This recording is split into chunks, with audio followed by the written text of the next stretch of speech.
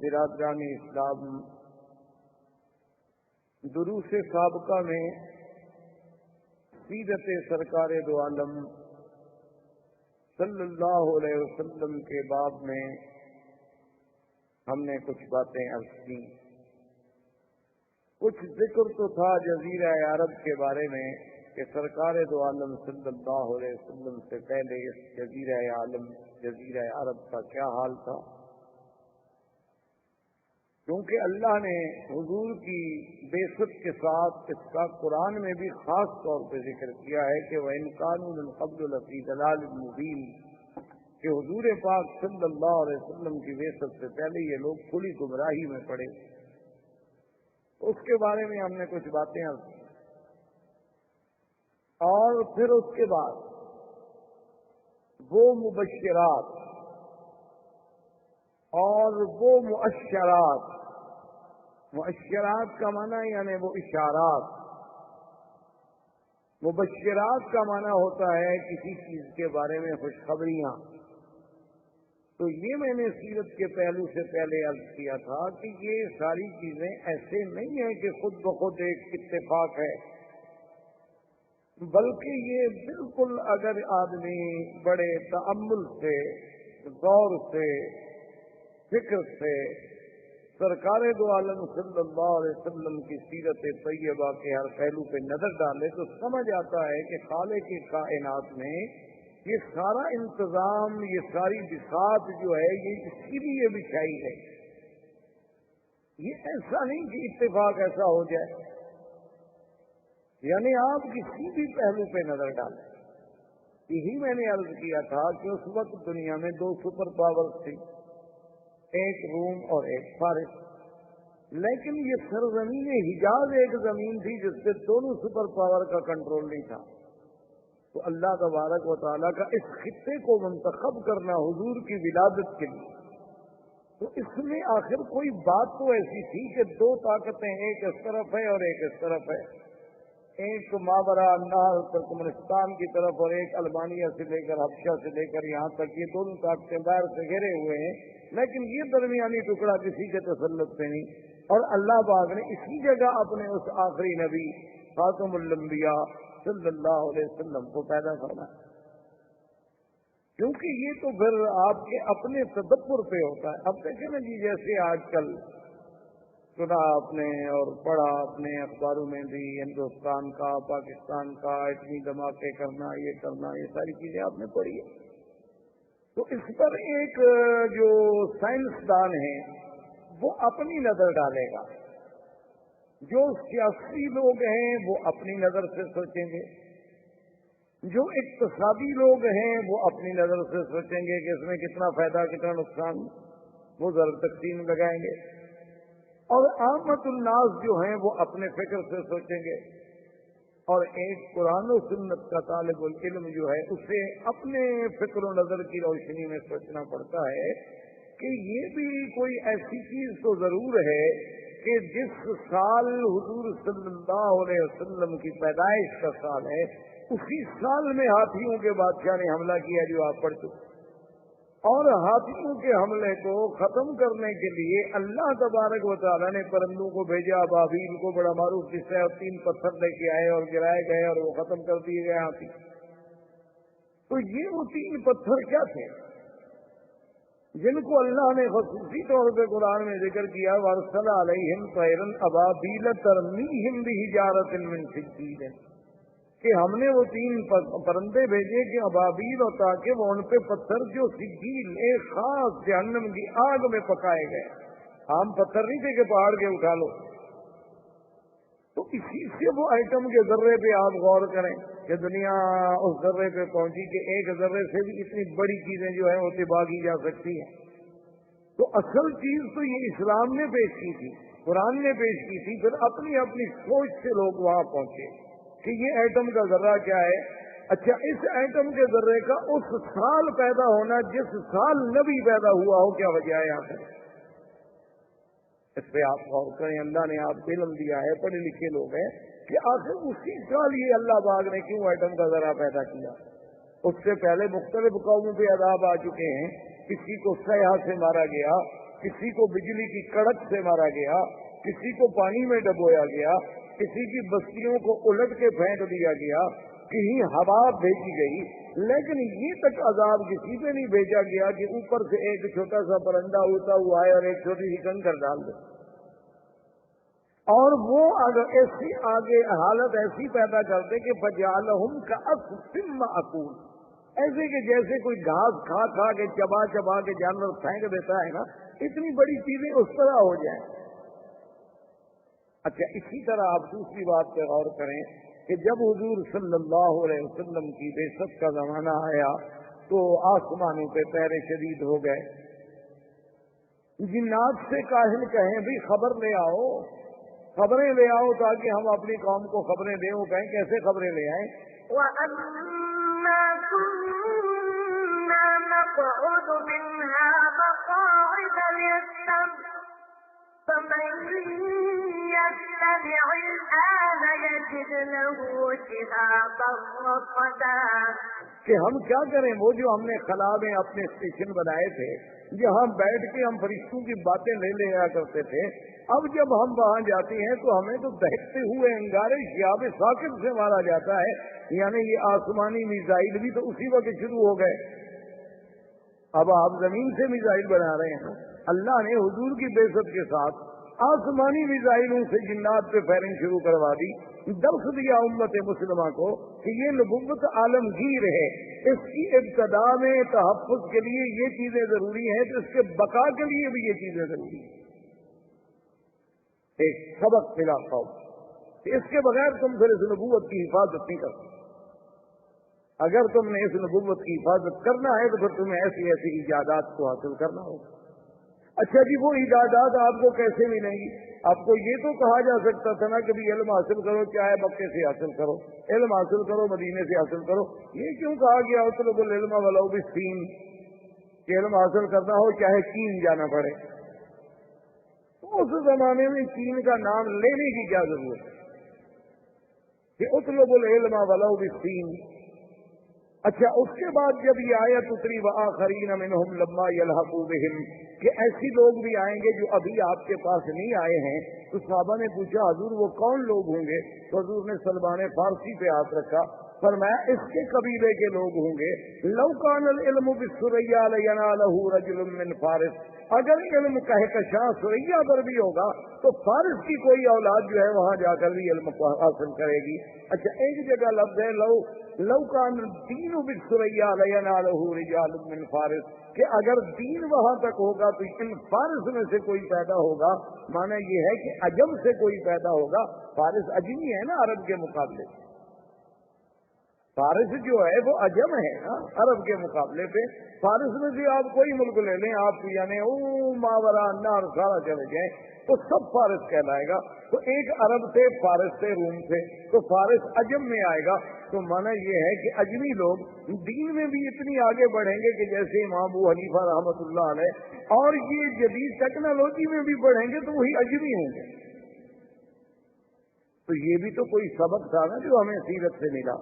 صرف یہ تو نہیں۔ اور اسی کو علامہ اقبال نے کہا تھا کہ فطرت کی مقاصد کی کرتا ہے نگہبانی، یا بندہ صحرائی یا مرد کوہستان۔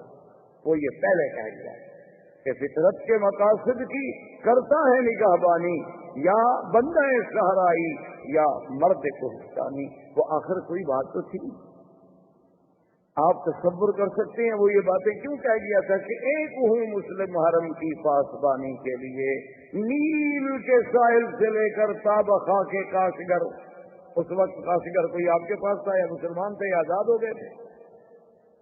تو آخر یہ کیا وجوہات تھی؟ تو میرے کہنے کا مقصد یہ ہے کہ آسمانوں کے پہروں کا بٹھانا، ہاتھیوں کو ایٹم کے ذریعے سے اور خدائی ایٹم کے ذریعے سے ہلاک کرنا،